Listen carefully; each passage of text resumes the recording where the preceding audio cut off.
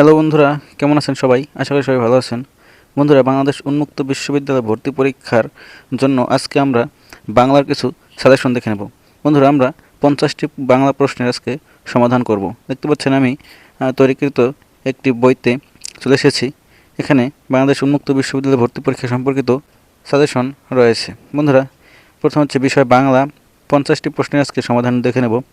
বাংলা ভাষার উৎপত্তি কোন ভাষা থেকে? উত্তর সংস্কৃত। বাংলা ভাষা কোন ভাষাগোষ্ঠীর অন্তর্ভুক্ত? ইন্দো ইউরোপীয় ভাষাগোষ্ঠী। চর্যাপদ কে আবিষ্কার করেন? হরপ্রসাদ শাস্ত্রী। চর্যাপদের ভাষা কী নামে পরিচিত? উত্তর প্রাকৃত অপভ্রংশ বা মিশ্র ভাষা। চর্যাপদের মোট পদসংখ্যা কত? 47টি। চর্যাপদের রচয়িতা কারা?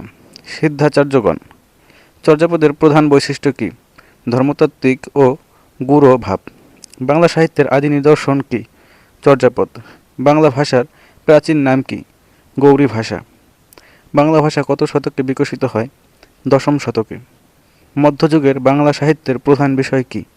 ধর্ম ও দেবদেবীর মাহাত্ম্য। মঙ্গল কাব্য কি? দেবতার মাহাত্ম্য বর্ণনাকারী কাব্য।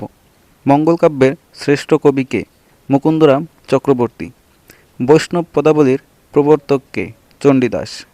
বৈষ্ণব পদাবলীর ভাষা কি? ব্রজবুলি। শ্রীকৃষ্ণ কীর্তন কাব্যের রচয়িতা কে? বরুচন্দ্রী দাস। শ্রীকৃষ্ণ কীর্তন কোন যুগের রচনা?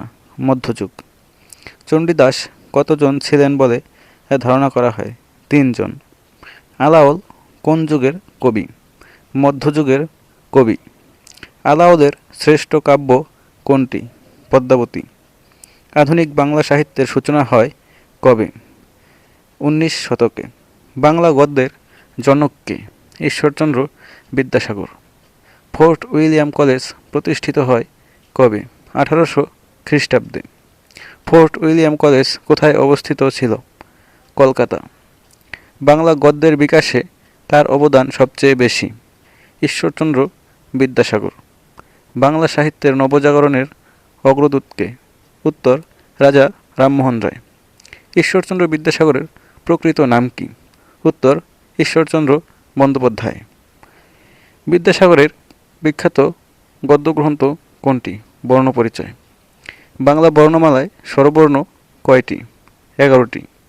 বাংলা বর্ণমালায় ব্যঞ্জনবর্ণ কয়টি? 39টি। তৎসম শব্দ কাকে বলে? উত্তর সংস্কৃত থেকে অপরিবর্তিত শব্দকে তৎসম শব্দ বলে। তদ্ভব শব্দ কাকে বলে? সংস্কৃত শব্দের পরিবর্তিত রূপকেই তদ্ভব শব্দ বলে। দেশি শব্দ কাকে বলে?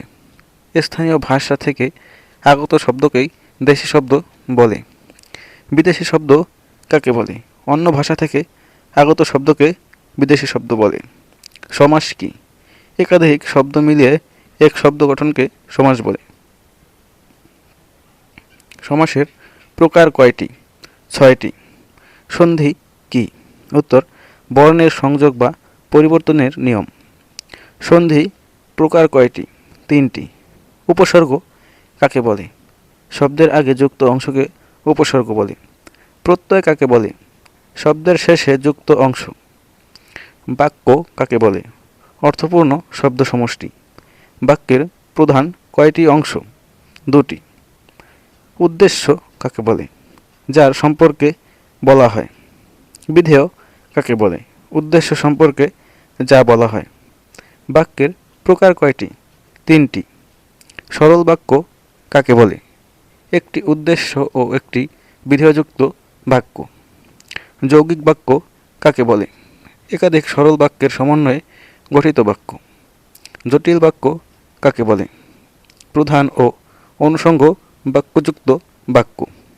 পদ কাকে বলে? অর্থবোধক শব্দ। পদের প্রকার কয়টি?